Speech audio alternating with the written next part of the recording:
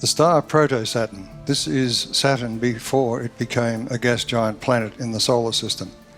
And this is a quote from Roger Westcott, the late Roger Westcott, who was a good friend and used to come to the Cronia conferences and actually spoke at one or two. Prehistory was a dream turned nightmare. Mankind forgot the dream because it was too remote and the nightmare because it was too shocking. The prehistory that we have confabulated, however, is too bland to be believed. He was a professor of anthropology and linguistics at Drew University, Madison, New Jersey. What does the star Proto-Saturn mean? It means a star became the gas giant we now call Saturn. This claim is outrageous according to present-day cosmology and our understanding of stars, but it is supported by lifetimes of forensic research into the earliest recorded memories of mankind, and it is confirmed by the recognition of global prehistoric petroglyphs as representations of the many distinctive forms of plasma instability seen in the highest energy electrical discharges. It has become crystal clear that the legendary thunderbolts of the planetary gods were real, and they accompanied a major recent disturbance of the solar system. But perhaps the greatest puzzle for scholars has been the references to Saturn as the first sun. And in my home in Australia, the original inhabitants have legends of a time when there were two suns, a greater and a lesser sun. Details in their Dreamtime stories have no reference points other than in high-energy plasma experiments. They were not dreaming. My concern since I became aware of this evidence has been to make classical physics sense of Saturn as a star and to understand the sequence of events that led to the seemingly peaceful solar system we see today.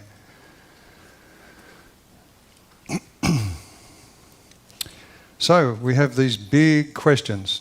Do we really have a 4.6 billion year old clockwork solar system? How do planets form? I beg your pardon? How do planets form? How did the atmosphere and ocean form? Was the past like the present? And I think from the evidence that you've seen that Dave Talbot and Ev Cochrane have provided, it certainly wasn't anything like the present. So if Saturn was a star within the memory of mankind, it throws some big questions into sharp relief. And in doing so, it throws a harsh light onto our self-satisfying fictional story of the Earth and the solar system. The origin of the solar system. Professor William McRae wrote, "It is impossible to discover the origin of the solar system by observing it now and working steadily backwards in time in order to infer the whole of its past history. The solar nebula model has no successful predictions to its name." And that's a bit of a sobering thought.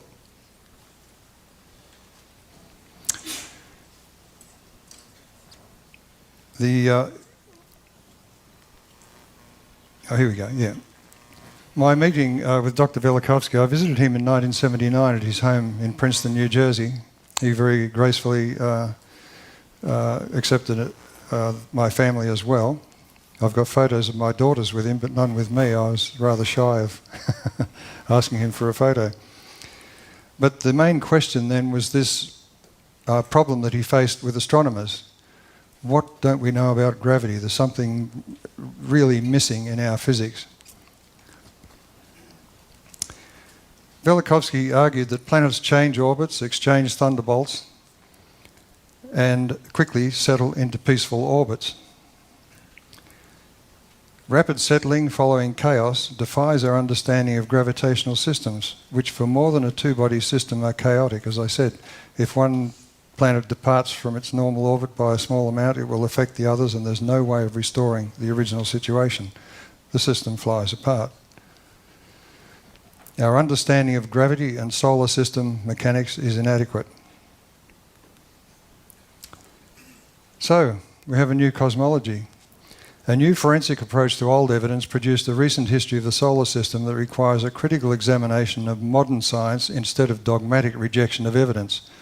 The result is an entirely new cosmology, the electric universe. The history of this new cosmological paradigm goes back to Worlds in Collision in 1950. In the last chapter, Velikovsky referred to Jupiter and Saturn as stars. And I quote, There I wrote with respect to the future that some dark star like Jupiter or Saturn may be in the path of the Sun and may be attracted to the system and cause havoc in it. That was in chapter 9, The End. Worlds in Collision comprises only the last two acts of a cosmic drama, wrote Velikovsky in Kronos, Volume 5, Number 1, in 1979. That's the Kronos issue there. And then we have Dave Talbot's remarkable reconstruction of the earlier acts in our prehistoric skies, and that was published in 1980.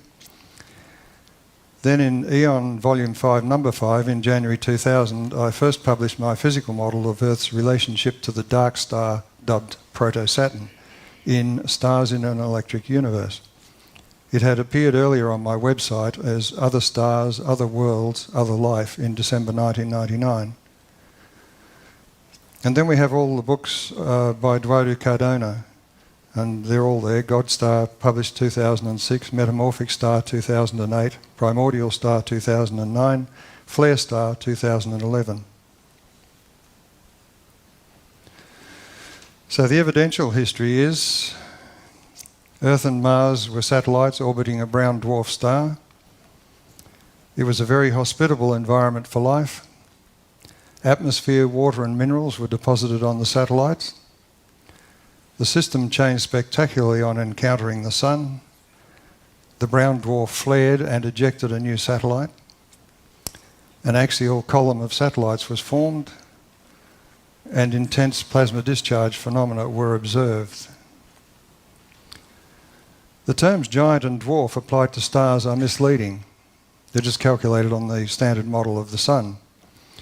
And the notion of a star's age based on its appearance or spectrum has no validity for the same reason. Stars on the main sequence may be characterised as self-regulating cosmic power transformers, as I spoke about this morning, that focus diffuse galactic electrical energy to catalyse fusion in their photospheres to provide radiant energy. Like the Sun, such stars derive their luminosity from very bright anode tufts in their plasma sheaths. Moving diagonally upward to the right, the current density increases. Anode tufting becomes more crowded and their mutual repulsion forces the photosphere to grow to accommodate them. At the top right of the main sequence, the light from those tufts is electric blue of a true arc, and the stars appear as blue giants, intensely hot objects appearing considerably larger than our Sun. As you might expect, blue giants tend to be concentrated on the central axes of our galaxy's spiral arm discharges. Red stars must collect more electrons than the plasma can deliver continuously to its surface, so bright anode tufts are unnecessary. The anode expands instead by forming a negative space charge sheath, and as that sheath expands, its electric field grows stronger. Electrons caught up in the field are accelerated to ever greater energies, and before long they become energetic enough to excite neutral particles they collide with in the outer sheath to take on a uniform red glow. A white dwarf is a star whose discharge current is satisfied by all the approaching electrons, drift electrons plus those that randomly move towards the anode. It has no anode tufting. It is rather like moving a low-energy corona of a main sequence star down into the atmosphere of the white dwarf star. That's why the star, the dim star, Sirius B, is brighter in X-rays than Sirius A, because the corona emits X-rays. So, what is a brown dwarf? To summarise, a red or brown dwarf can be characterised as an independent gas giant type object under low electrical stress from its galactic environment. A main sequence star is electrically stressed, so it resorts to becoming a tufted anode, which, as I said, regulates the output of the star. This is why all bright stars appear to twinkle. They don't change from day to day. Red giants are normal stars under low electrical stress. White dwarfs are stars with a low luminosity coronal discharge only.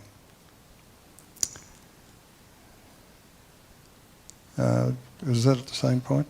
Yeah, red giants are normal stars under low electrical stress, and white dwarfs. So, size matters. Brown dwarfs come with a major drawback for astronomers. Their stellar radii are hard to determine accurately. In the electric universe, brown dwarfs are not dwarf stars. Instead, all red stars have a bloated, glowing anode sheath which expands and contracts in order to collect the amount of electrons required for that discharge. As the anode sheath grows, its electric field grows, which results in the prodigious and unexplained stellar winds from cool red giants. If the winds were due to the heat of the corona, then this puts paid to that idea. In a December 2008 NASA report, the brightness of a brown dwarf at 17 light years distance was twice that expected for a brown dwarf with its particular temperature. The solution? The object must have twice the surface area, they said. It must be twins. Such ad hocery is unnecessary in the electric universe model. A brown dwarf's photosphere is much larger than the standard model of such stars predicts. The cradle of life. And this gets back to the idea of the Garden of Eden period in man's memory. If you're a satellite orbiting within that anode glow, and this is not an outrageous idea because astronomers have suggested the same thing for red giants, that planets could actually orbit within that star because the atmosphere is such low density. In fact, we orbit in the sun's atmosphere, if you like, and it doesn't cause us any trouble. But within that glowing shell, the radiant energy received from that envelope is constant over the entire globe. The light from the plasmasphere is not reflected light, it's radiant energy. Brown dwarfs radiate blue and ultraviolet light even though they are cool at a temperature around 950 K. This is further evidence that we are looking at a mix of an electrical red anode glow and coronal ultraviolet blue end of the spectrum. There are no seasons, no tropics and no ice caps. A planet does not have to rotate, its axis can point in any direction and its orbit can be eccentric, and you'll still get this beautiful even temperature over the whole body.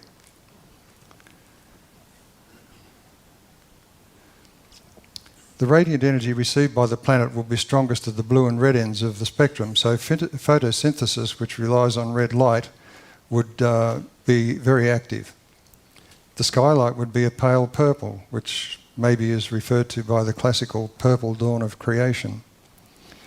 And I know that in Canberra we have this new arboretum, which is fantastic, and all of the new trees that are being planted are put in red plastic to start with. And I asked the head of the arboretum why they did that, and he said the plants grow much better in red light. Water molecules dominate the spectra of brown dwarfs. So you want to know where the Earth's water came from? The light on Earth was dim and purplish amid a continuous mist of water. No other bodies in the system were visible. And this is what Dave mentioned yesterday. This explains the abundant water on Earth and many satellites of the gas giant planets and the rings of Saturn. And the red light, warmth and water was ideally suited for giant ferns. It explains the gigantic lush vegetation found at the poles, fossilised as coal. Now the problem faced by life on planets orbiting a red star, I think you saw last night, which was this flaring red dwarf. So this tendency to flare up is a problem. The reason for this is that, as I said, the red stars don't have the current regulation afforded by the bright photosphere. So the response of a red star to a sudden electrical disturbance in their environment is to shed charged matter in a flare-up. They may also change in apparent size as the anode glow accommodates to the electrical environment. I think this would account for the great dyings in the geological record and the episodic deposit of vast sediment and mineral layers on the Earth. And on other bodies too. Every body that's been looked at is layered. What's more, it explains for the first time the oceans of salty water on Earth. Comets cannot be responsible because they have little or no water and little or no sodium chloride.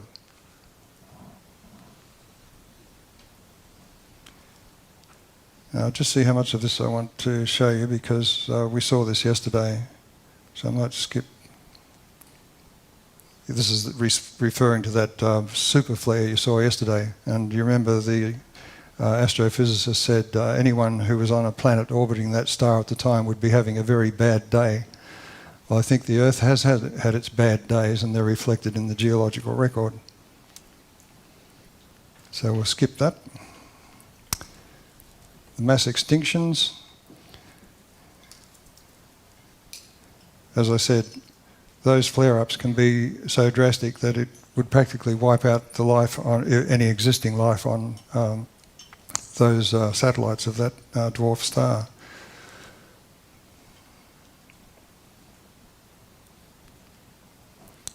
This raises an interesting side issue, and that is, ironically, intelligent life can't communicate through such a plasma shell using radio waves.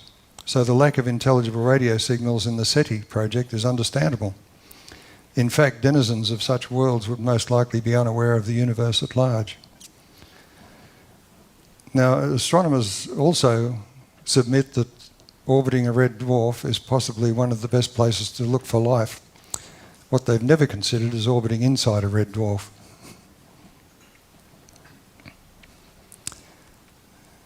Let me see. I don't think I'll talk about this one. This is a recent report of a spotty brown dwarf which suggests there are things orbiting within that red anode sheath, causing a dimming of the glow behind wherever that satellite happens to be. They're calling it weather, but of course if it's an anode glow it has nothing to do with weather. So we'll skip that. So this is a picture of the brown dwarf Proto-Saturn as I see it. Now there would have been many more bodies than you see there, but I've included Mars and Earth and Proto-Saturn because they're the main players at this stage. 50% of red dwarfs have Earth-sized planets in their conventional habitable zone. This suggests there are a large number hidden inside the red star's glow. And you can say that too because our gas giants all have large numbers of satellites orbiting quite closely. But you'll note there is no Venus at this stage. Gigantism. It wasn't just pterodactyls that struggled to get up off the ground. Scaling of muscle and bone strength shows that dinosaurs could not have raised their bodies off the ground in today's gravity. For them to move about, Earth's gravity needed to be about 1/3 of today's. Global extinction and fossilisation requires far more pardon me, than a simple impact. Clearly, we have no understanding of the cause of gravity. Is gravity electrical? Gigantism in the animal kingdom. Sorry, beg your pardon. The question is of fundamental importance for cosmology and our understanding of the solar system. And the answer should provide insights into the demise of the dinosaurs, the sky our ancestors saw, and why they feared doomsday. This is the crucial thing. This is the thing I asked Velikovsky. What don't we understand about gravity? And of course we're getting confirmation of a sort from this comet visit, because all of the measurements say it has very low mass, it can't be rock. And I'm saying, no, you don't understand gravity. It may appear to be of low density, but it's made of rock. This is the kind of thing that the Earth would have been, or the situation for the Earth when it was orbiting Proto-Saturn, presumably. So we get to Proto-Saturn's capture. Capture by the sun is almost impossible gravitationally because there is no energy loss. There's no way of losing energy. A body coming in and swinging around the sun will depart again because there's nothing to put the brakes on and make it go around the sun. Electrical capture has a huge cross-section by comparison. Two stars will see each other electrically once their heliospheres, or astrospheres as they're called generically, touch. Now the sun's heliosphere is 100 astronomical units in radius. Another star would be something comparable. So you're talking about a huge cross-section. So the chances of capture of an object is far greater than gravity would suggest. Actually, I'll explain more about this when I give my presentation on cosmology, this change in gravity and so on. So Proto-Saturn changed from being a star, that is an anode in interstellar space, to becoming a cathode or cometary body in the Sun's heliosphere. And like all cathodes, surface material is electrically ejected and the body may fragment under internal electrical stress. And this is the kind of thing which the ancients reported. As you may expect in the electrical model, a brown dwarf desert has been identified close to bright main sequence stars because the brown dwarf switches off and becomes a gas giant. And this is what is seen by astronomers. You won't find brown dwarfs orbiting closely to bright stars.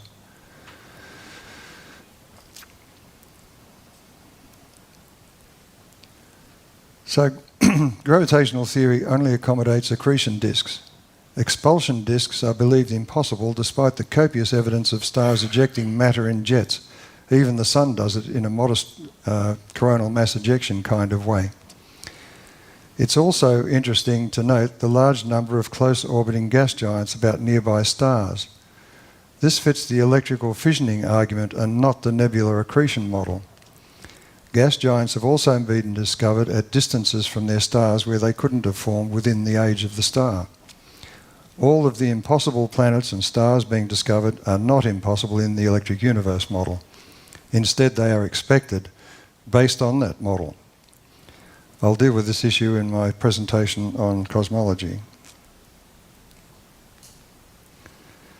So it explains why there are so many hot Jupiters that have been found closely orbiting a star. It explains the expulsion rings and many satellites of the gas giant planets in our solar system, and the fact that Saturns are the most spectacular indicates that it was the last or most recent gas giant to flare up and eject matter. Right. Axial tilt families. A simple method of identifying related objects in the solar system is to look at their axial tilts, because in the close relationship between a gas giant or a brown dwarf and its close orbiting satellites, there will generally be phase lock. The satellites all have the same face pointing towards the parent. And as these close orbiting satellites therefore will have their rotation axis aligned with the parent.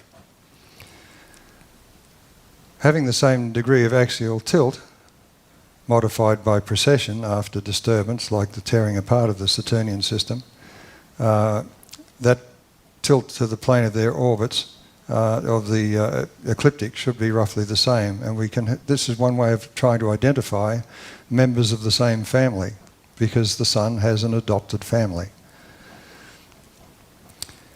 So when you look at the planets here, you've got Mars, and you've got Venus, and you've got Earth, and you've got Saturn, the main players. But Venus is the odd one out, because research shows with great certainty that it was born from Proto-Saturn in a massive flare-up resulting from the initial adjustment to the present Sun's quite different electrical environment. And this is why there are all those radiating streamers, because it was born as a comet from an already cometary body. So the cometary body fissioned, and the the resulting ejected body went into, it was still captured by its parent, but it too was busily discharging frantically, trying to adjust to its electrical environment. So all of the radiating streamers and the colossal Venus comet appearances can be explained by this model. Now, when Venus was ejecting material, it occurred equatorial. We were sitting underneath this chain of objects, and the streamers were coming out, radiating from Venus. And this is actually what we see on Venus today. The scars are wrapped around the equator. But also, when these bodies are ejected, the main body may be spinning this way and the material is ejected in a stream. It's given a backward kick by its parent. And the result is that the satellite initially, at least, has a backward rotation. And this is what Venus has, very slow backward rotation. It had no time before the system was totally disrupted to achieve phase lock with Proto-Saturn.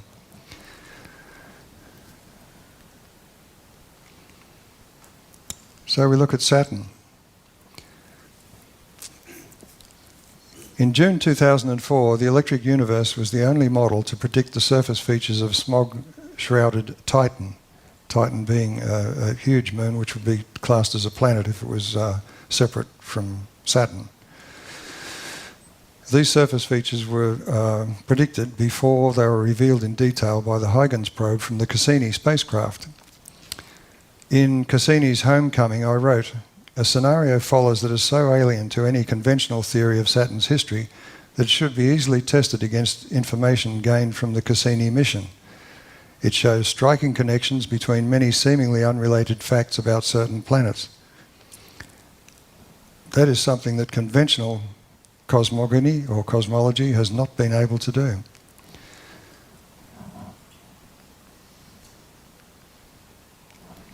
Until recently, Saturn was an independent brown dwarf star with its own entourage of close orbiting small planets, and Dave Talbot alluded to those last night with the circling objects around the god Saturn. The tilt of Saturn at 27 degrees to the ecliptic plane is itself an enigma unless it formed independently from the Sun. And the axial tilts of Saturn, Earth and Mars are very similar.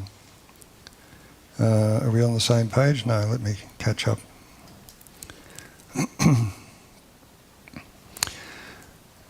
But Titan is very important to study because it may be a sibling of the Earth, Mars and Venus.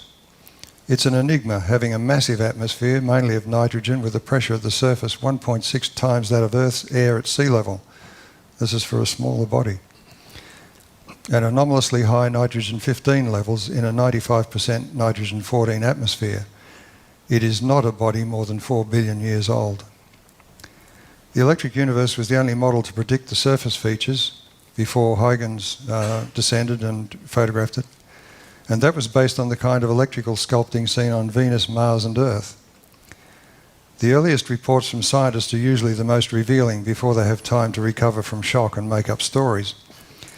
So what was discovered in the first close flyby of Titan? In New Scientist of November 6, 2004, just after the event, "Titan images add to Moon's mystery," wrote Stephen Battersby. "The world got its first peek at the surface of Saturn's moon Titan last week. The images were taken as Cassini-Huygens spacecraft swept past the moon. The images show a landscape that is clearly still being shaped." Where have we heard that before? We heard that about Venus. "Although Titan must have suffered numerous meteor impacts in the past, its surface today is largely crater-free. Once again, just like Venus. Somehow these scars must have been eroded or filled in." There's that operative word, somehow. "We are seeing a place that is alive, geologically speaking," says Charles Youlaki. Well, this is what they said about Venus. It must have overturned the entire surface recently. That's precisely what was said about Venus when the Magellan Orbiter revealed that planet's surface. It is only supposition that Titan's surface is still being shaped. It is based on the belief that Titan must have suffered numerous meteor impacts in the past, and therefore something must have occurred from within the moon to fill the craters. However, like Venus, there may have been no impact craters to fill. Some initial comments by Cassini team members accompanying this picture, in that little insert there, of Titan from the descending Huygens probe reflected on the Venus-like appearance of features on Titan. Now, I'd predicted these before the event. "These remind me of what we have observed in the past on Venus." This is a quote. Another quote. "We now have the key to understanding what shapes Titan's landscape," said Dr. Martin Tomasco, principal investigator for the descent imager. He added, "Geological evidence for precipitation, erosion, mechanical abrasion and other fluvial activity says that the physical processes shaping Titan are much the same as those shaping Earth." Oh yeah. "But non-polar liquid methane is not like liquid water," as Jerry Pollack would tell anyone. "In the atmosphere, such molecules form smog, not heavy raindrops. This demonstrates the problem of interpreting evidence when your thinking is limited to flowing liquids to carved channels. The channels on Titan bear the hallmarks of lightning imprinted on the surface. As I've done there, I've inverted the black and white and turned it up the other way to make it look more like lightning. The channels on Titan bear the hallmarks of lightning imprinted on the surface, and the lack of a methane ocean was predicted because Titan's atmosphere is not yet in equilibrium after recent events, so a vast reservoir of methane is not needed to make good the losses expected over the 4.7 billion years required by the Solar Nebula model, because the expectation was that the Huygens lander, the Huygens probe, would go through the clouds, they'd photograph it on the way down, and then it would plop into a methane or ethane ocean. They never found it.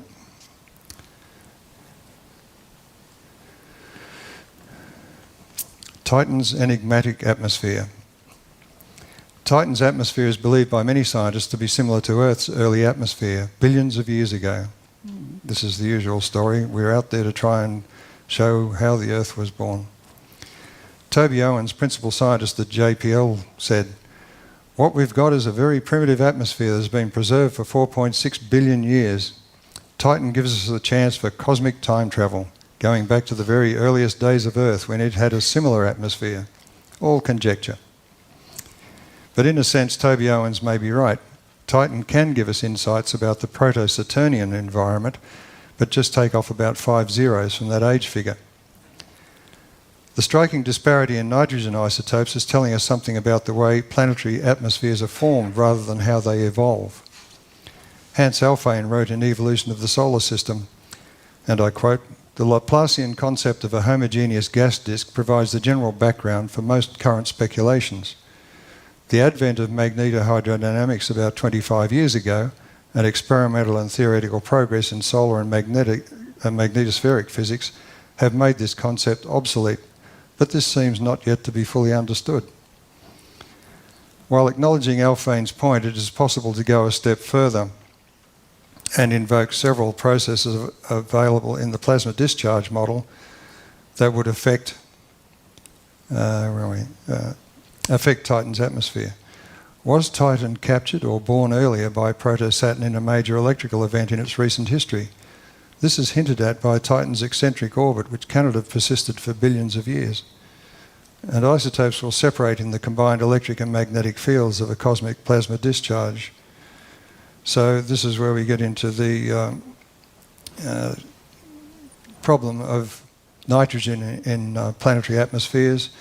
You've got Venus with its heavy carbon dioxide atmosphere. How did these happen? Why are these differences? And it comes down to the electrical effects on atmospheric molecules, which I don't think I'll discuss here. I've done so many so many slide preparations. I'm not quite sure which things I've addressed. Oh, here we go. Yes, we come to Venus, Saturn's last born, and a birth witnessed by humanity. The planet shows a surprisingly young surface that gave rise to ad hoc theories of resurfacing events. They're unnecessary. Venus is a baby. The electric universe account explains its hellish temperature, having been born recently from the interior of a brown dwarf star, and its thick 96% carbon dioxide and 4% nitrogen atmosphere was inherited from its brown dwarf parent, was subsequently modified by cosmic discharges.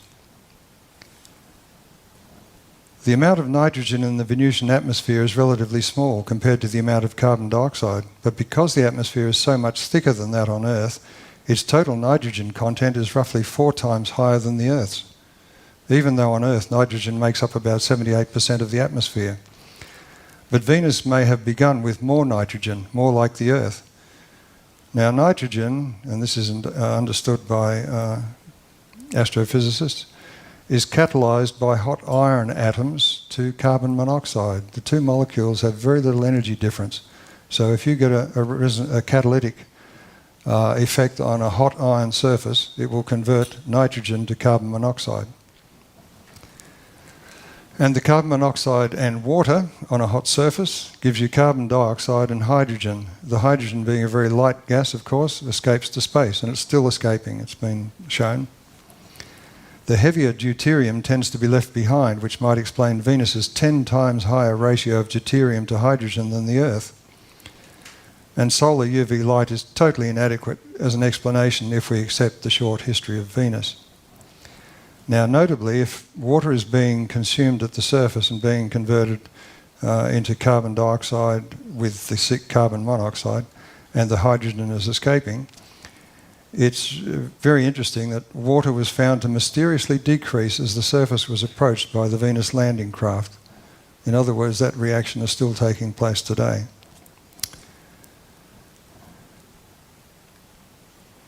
So here we see the Venus's equatorial scars were caused by spectacular radial discharging, which was faithfully recorded by the petroglyph artists.